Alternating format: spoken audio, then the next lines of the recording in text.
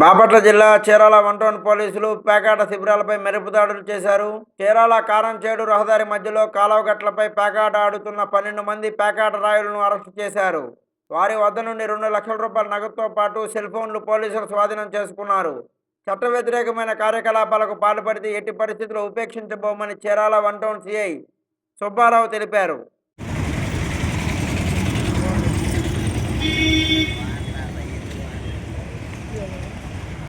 ఇవాళ సాయంత్రం సమయంలో పులక కాలువ మీద పేకాట ఆడుతుందని చెప్పనేసి రాబడిన సమాచారం మేరకు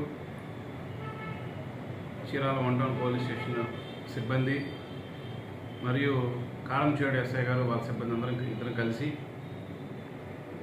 ప్లాన్ ప్రకారం రైడ్ చేయడం జరిగింది. ఈ రైడ్లో 12 మంది మనుషులు పట్టుకోవడం జరిగింది. వాళ్ళ నుంచి 2,08,906 రూపాయలు సీజ్ చేయడం జరిగింది.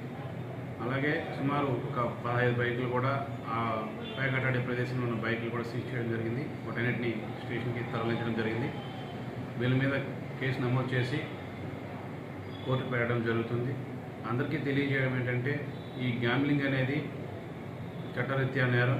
దయచేసి ఎవరు కూడా ఈ గ్యాంబ్లింగ్ ఆడదని చెప్పనేసి మేము కోరుచున్నాము. ఈ గ్యాంబ్లింగ్లో మనీ పోగొట్టుకొని ఆ మనీ పోయిన ఇదిలో మీ కుటుంబ సభ్యుల మీద కోపాన్ని చూపించి మీ ఫ్యామిలీస్ డిస్టర్బ్ చేసుకోవద్దని చెప్పనేసి కోరుచున్నాను.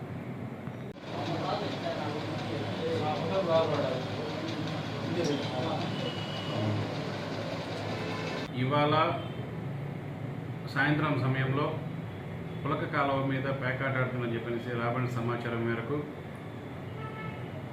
చీరాల 1 టౌన్ పోలీస్ స్టేషన్ సిబ్బంది మరియు కారంచేడు ఎస్ఐ గారు వాళ్ళ సిబ్బంది ఇద్దరు కలిసి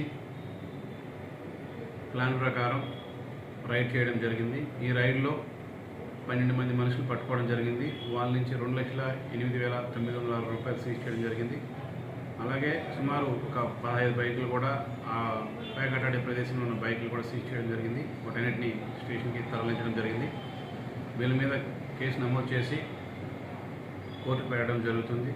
అందరికీ తెలియజేయడం ఏంటంటే ఈ గ్యాంబ్లింగ్ అనేది చట్టరీత్యా నేరం. దయచేసి ఎవరు కూడా ఈ గ్యాంబ్లింగ్ ఆడదని చెప్పనేసి మేము కోరుచున్నాము.